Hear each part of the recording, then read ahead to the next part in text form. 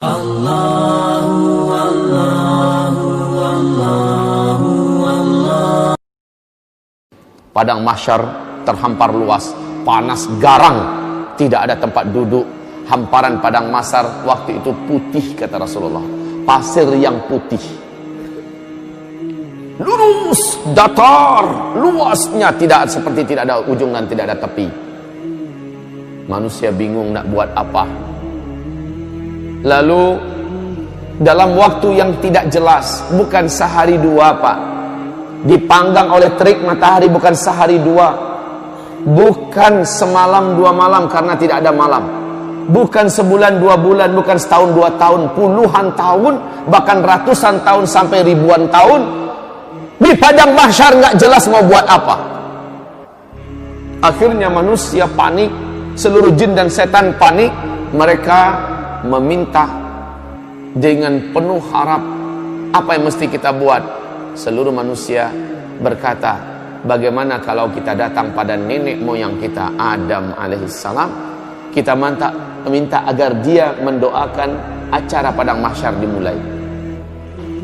Datanglah manusia yang ada kepada Nabi Adam, wahai atuk moyang kami, wahai Adam, sudah lama kami di padang mahsyar, tak jelas dan tak tahu apa yang akan berlaku dan terjadi. Tolong doakan kepada Allah Rabbul Alamin agar acara dimulai. Adam berkata, bagaimana saya akan mendoakan untuk kalian kepada Allah? Saya sendiri pun hari ini entah selamat entah tidak. Dulu saya dilarang oleh Allah agar jangan mendekati pohon di dalam surga, ternyata malah saya makan buahnya. Hari ini saya selamat atau tidak? Pak, wallahi, demi Allah, Bapak Ibu, saat itu tidak ada orang yang berpikir tentang amal solehnya dulu. Sudah tidak ada. Orang hanya mengingat dosanya saja. Setiap orang hanya ingat dosanya saja. Orang lupa kalau dia dulu pernah haji, orang lupa kalau dulu dia pernah sholat, dia pernah puasa, lupa, yang dia ingat hanya dosanya saja. Adam berkata, maaf, saya tidak bisa mengapa-apa, tidak bisa membantu kalian, tidak bisa mendoakan kalian. Oh nafsi, wah nafsi, wahai jiwaku, wahai diriku. Maksudnya saya ini selamat atau tidak? Wahai diriku, wahai diriku. Pergilah kalian kepada Ibrahim, dia adalah Khalilullah, dia adalah teman Allah. Mintakan agar dia yang berdoa kepada Allah. Semoga acara di padang mahsyar dimulai. Manusia pun berbondong-bondong meninggalkan Adam menuju mencari Ibrahim. Saat berjumpa dengan Ibrahim, mereka memohon dengan permohonan yang sama. Sama jawaban Ibrahim. Dulu di dunia saya telah berdusta sebanyak 3 kali. Hari ini saya tak tahu lidah yang telah berdusta ini ketika berdoa Allah dengarkan atau tidak. Jangan-jangan saya pun tidak selamat. Minta maaf, saya tidak bisa membantu kalian apa-apa. Saya tidak bisa. Dia berdusta 3 kali. Pada Rasulullah mengatakan dusta Ibrahim waktu di dunia dulu hak, dusta yang benar. Tetapi Ibrahim menyulitkan, menganggap itu sulit buat dirinya nanti pada hari kiamat. Bagaimana dengan kita yang betul-betul berdusta di atas kebatilan? Sementara Ibrahim berdusta di atas kebenaran, dia rusuh dan gelisah tentang dirinya. Pergilah kalian kepada Musa, dia adalah kalimullah, minta kepadanya. Dialah teman bicara Allah dulu di dunia, agar dia yang berdoa kepada Allah acara ini segera dimulai. Ketika manusia mulai meninggalkan Ibrahim, kata Rasulullah, Ibrahim berkata, wah nafsi, oh diriku, oh diriku. Manusia sampai berjumpa akhirnya dengan Musa setelah pencarian yang lama. Setelah berjumpa, wahai Musa, bla bla bla bla bla. Musa berkata, aku dulu di dunia membunuh orang, hari ini aku selamat atau tidak? Minta maaf, saya tidak bisa membantu kalian. Berdoa kepada Allah untuk kalian. Hari ini saya entah selamat entah tidak. Pergilah kalian kepada Isa, dia adalah Ruhullah, orang yang tidak pernah buat salah, orang yang tidak pernah buat dosa. Isa, pergilah kalian kepadanya. Maka manusia pun mencari di mana Isa. Seluruh manusia menyebar mencari di mana Isa. Saat Isa ditemukan, mereka langsung memohon. Lagi-lagi jawaban Isa adalah minta maaf. Bukan wewenang saya pada hari ini untuk menolong kalian agar acara padang mahsyar dimulai. Lalu kaum muslimin, pergilah kalian kepada Habibullah, kekasih Allah, Sayyidul Anbiya wal Mursalin, Muhammad sallallahu alaihi wasallam. Minta kepadanya agar dia berdoa kepada Allah supaya acara dimulai. Manusia pun datang berbondong-bondong ketemu dengan Nabi Muhammad. Mereka memohon. Apa kata Nabi Muhammad? Saya orangnya. Saya orangnya pada hari ini diberi wewenang untuk menolong kalian. Maka kata Rasulullah, saya pun sujud dengan sujud yang lama, sujud yang dalam dan panjang. Akhirnya Allah berkata, hai Muhammad, angkatlah kepalamu, utarakan apa yang engkau mau, permintaanmu pasti dikabulkan.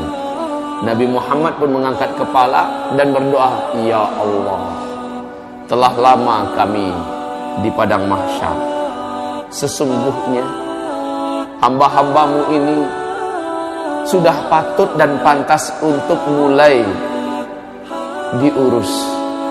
Ya Rabb, mulailah acara padang mahsyar. Allah pun mengabulkan berkat doa Nabi Muhammad. Acara padang mahsyar dimulai. Bagaimana tandanya? Awan datang, lalu awan itu bersibak. Malaikat turun bersaf-saf dari langit. Waja'al malaku wal malaku, dan para malaikat datang saffa, dalam keadaan bersaf-saf. Seluruh mereka diam, mulut mereka terkunci.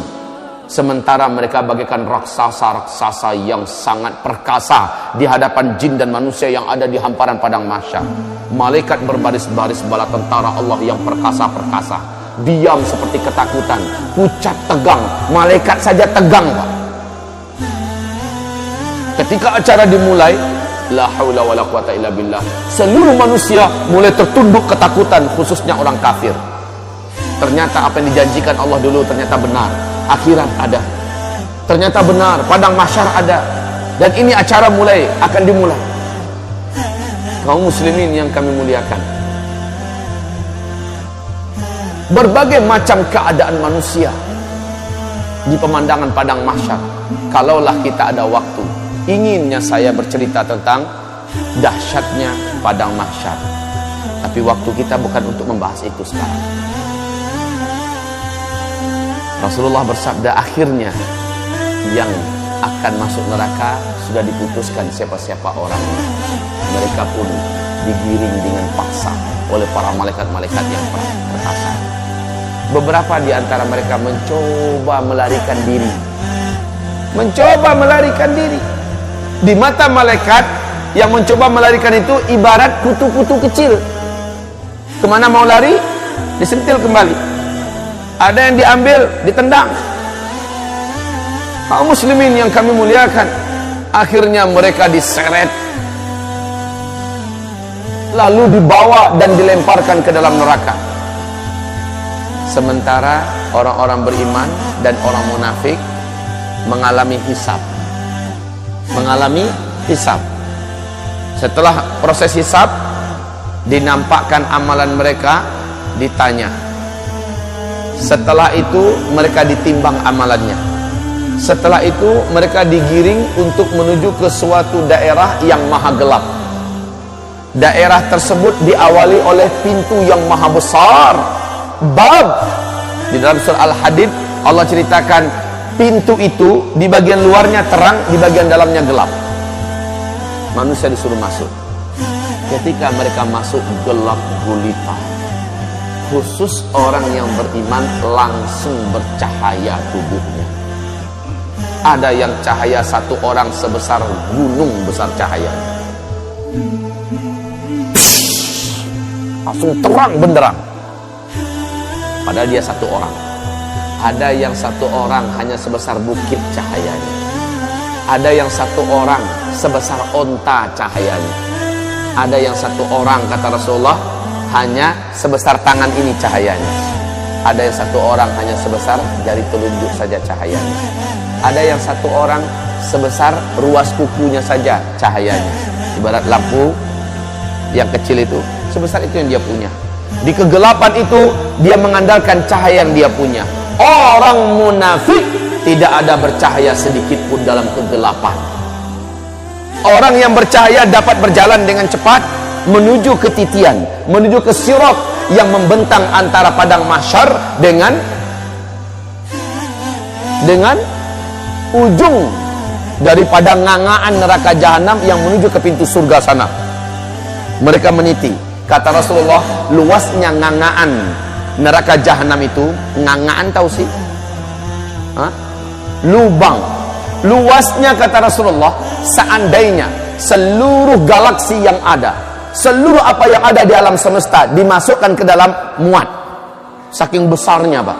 Bayangkan jauhnya titian yang harus ditempuh. Sementara di bawahnya, kalau ada yang terjatuh kata Rasulullah, 70 tahun lamanya melayang di apa? Baru nyampe di dasar. 70 tahun lamanya. Kaum muslimin yang kami muliakan, hamparan yang ada tergantung pada amal orang. Ada yang hamparannya besar dan luas, dia bisa melaju dengan kecepatan tinggi. Rasulullah bersabda, orang-orang bergelantungan kebanyakan. Nampak dipandang, satu orang itu punya satu titian, bukan satu titian untuk bersama. Satu orang punya satu titian. Titian itu tergantung pada amalnya. Ada yang titiannya menjadi kecil dan setajam mata pedang. Itu yang harus ditempuhnya. Sementara orang yang macam ini adalah dosanya banyak dulu di dunia dan dia seorang yang beriman kepada Allah. Dosanya banyak, amalnya sedikit. Sementara kata Rasulullah, di atas titian itu dari bawah menyambar semacam kail dari api, menyambar. Menyambar-nyambar. Sementara dari atas menyambar lagi yang lain. Betul-betul dalam keadaan diuji. Dan kaum muslimin, panasnya hawa dan asap neraka jahanam itu gelap, Pak. Gelap.